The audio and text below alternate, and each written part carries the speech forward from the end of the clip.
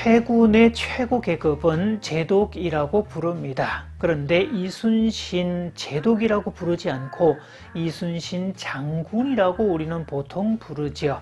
분명히 해전에서 능했던 주로 일본과의 임진왜란은 해전이 많았는데 당연히 제독이라고 불러야 되는데 왜 장군이라고 부를까? 물론 가끔 이순신 장군을 소개하는 그런 책자나 대외적인 그런 데 보면 이 제너럴, 즉 장군이라고 표현을 쓰지 않고 어드미럴 이래서 제독이라는 표현을 쓰는 책자들도 들어본 적이 있기는 합니다만 우리는 통상적으로 장군이라고 알고 있죠. 자, 그 이유는 이순신 장군은 원래 출신이 해군이 아니라 육군이기 때문입니다.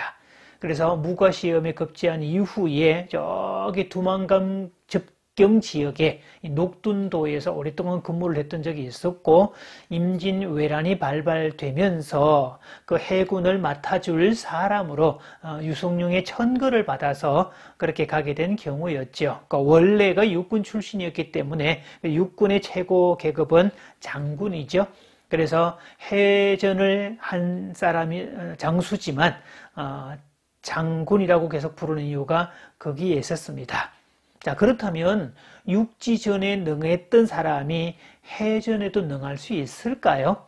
자, 이런 물음을 제기할 수가 있죠. 자, 그것은 비록 배경은 다르고 상황은 다르지만 기본적인 어떤 룰이나 리더십이나 전세를 파악하는 능력이나 기본 소양 부분에서는 얼마든지 갖추어져 있기 때문에 충분히 가능하다는 뜻입니다. 그러니까 원래 대학에서 1학년 과목 중에는 되게 교양 과목을 많이 배우는데 그 교양 과목이 기본으로 갖춰야 될 기본기를 다지고 나면 그 위에 뭐를 할 수가 있더라. 기초를 단단히 하고 나면 어떤 집을 세우든 다 가능하더라. 이런 개념에서 이걸 만들 수가 있죠.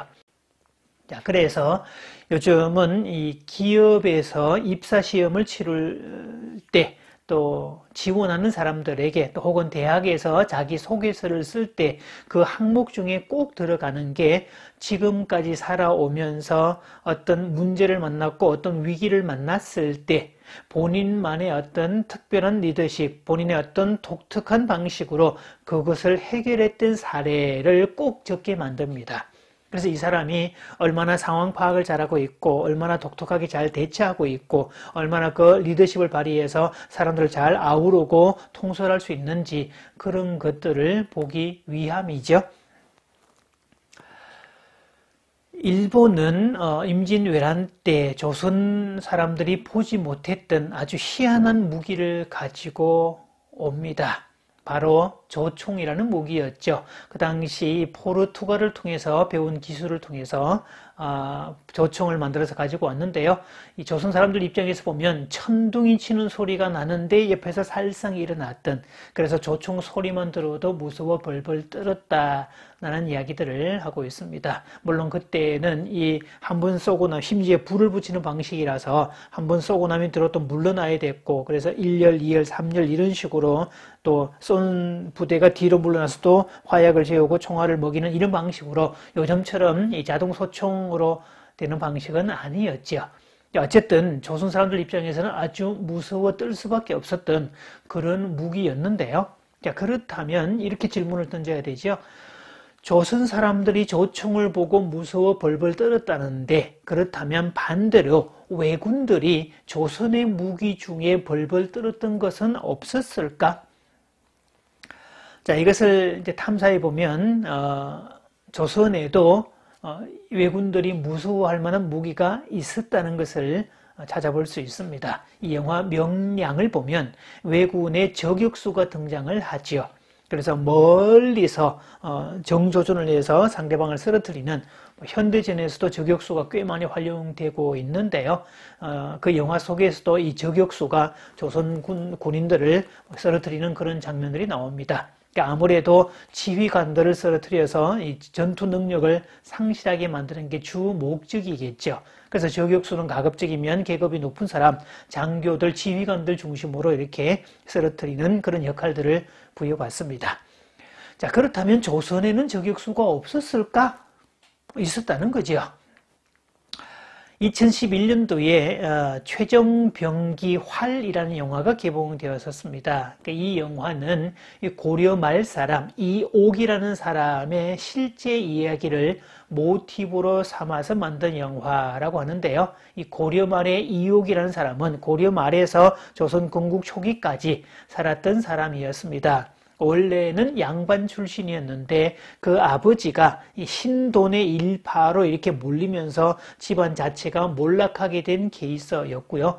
그 당시에는 집안이 몰락하면 그 식구들은 관노로 팔려가는 게 일반적인 모습이었는데 어쩔 수 없이 이 옥도 이 강릉 지역의 관노로 가게 됩니다. 자, 그런데요, 이 동해안 지역에도 왜구가 그렇게 많이 출몰을 했었는데 1372년 강릉에 왜구가 대대적으로 침입을 합니다. 그때 왜구를 물리치게 된 아주 가장 큰 역할을 한 사람이 바로 이옥이라는 사람이었는데 이 사람이 썼던 무기가 바로 활이었습니다. 이 조선은 각궁이라는 활을 가지고 있었죠. 각궁이라고 그래서 그냥 시위를 먹이지 않으면 완전히 뒤집어지는 모양새인데 시위를 뒤집으면 이렇게 와서 모양이 이렇게 갈매기 모양처럼 만들어지는 그런 특성을 가지고 있고 각궁 뿔각자를 썼는데 물소 뿔을 달아서 이 탄력이 아주 좋았던 그런 것이었죠. 길이가 한 120cm 정도 내외되는 그렇게 길지도 않았던 그런 것들이었고 이런 각궁이 발달되어 있었기 때문에 말을 타고 가면서도 활을 쏘는 그런 무술이 발달되었던 우리나라 전술이었습니다. 그래서 이순신 장군이 무가 시험을 칠 때 말 타고 가면서 활을 쏘는 그런 시험 과목도 있었죠. 그래서 말에서 떨어졌는데 다리가 부러졌고 그래서 부목을 대고 포도나무로 부목을 대서 그래서 끝까지 시험을 마쳤더라 이런 이야기가 교과서에 실려 있기도 했었습니다. 자, 그런데 왜구들이 가진 이 활은 장궁이라고 그래서 거의 2m 가까이 되는 긴 활이었고요. 그냥 말 그대로 이렇게 곡선으로 이어지는 그런 것이었는데 긴 길이에 비해서 탄력이 좋지 않았기 때문에 사거리가 훨씬 짧았다고 하죠. 그때 각궁이 가진 사거리는 이 장궁이 가지는 사거리보다 거의 2배 이상의 거리가 있었더라. 그래서 이 이옥이라는 사람은 왜군의 사정거리 바깥에 있으면서 자신의 사정거리 안에서 하나씩 멀리서 쏘아서 맞출 수 있었기 때문에 왜구들이 반격을 할 수 없었다는 겁니다. 게다가 산 위에서 이렇게 쏘았는데요. 이 이옥이 썼던 방식은 화살을 중간중간에 미리 배치를 해놓고 그리고 해변 쪽으로 가까이 내려가서 거기서부터 화살을 소비해 가면서 멀리서 계속 쏘는 방식으로 계속 추격대를 보내도 산으로 도망가면서 비치해 놓은 화살을 이용해서 계속 날렸기 때문에 왜구들은 살상을 하지도 못했던 범위 내에서 날아오는 화살에 의해서 죽을 수밖에 없었다는 거죠. 또 어디서 날아오는 화살에 죽을지 모르기 때문에 공포감이 극에 달했다라고 하는데 가끔씩 그래서 그때 사용하는 그 적용용 그 화살이 바로 애기살이었죠. 말 그대로 애기살. 보통의 화살이 이만하다면 한 3분의 1 정도 크기로 짧게 만드는 대신 통화라는 그 관을 통해서 이렇게 그 통을 통해서 가는 그런 방식을 쓰는데요.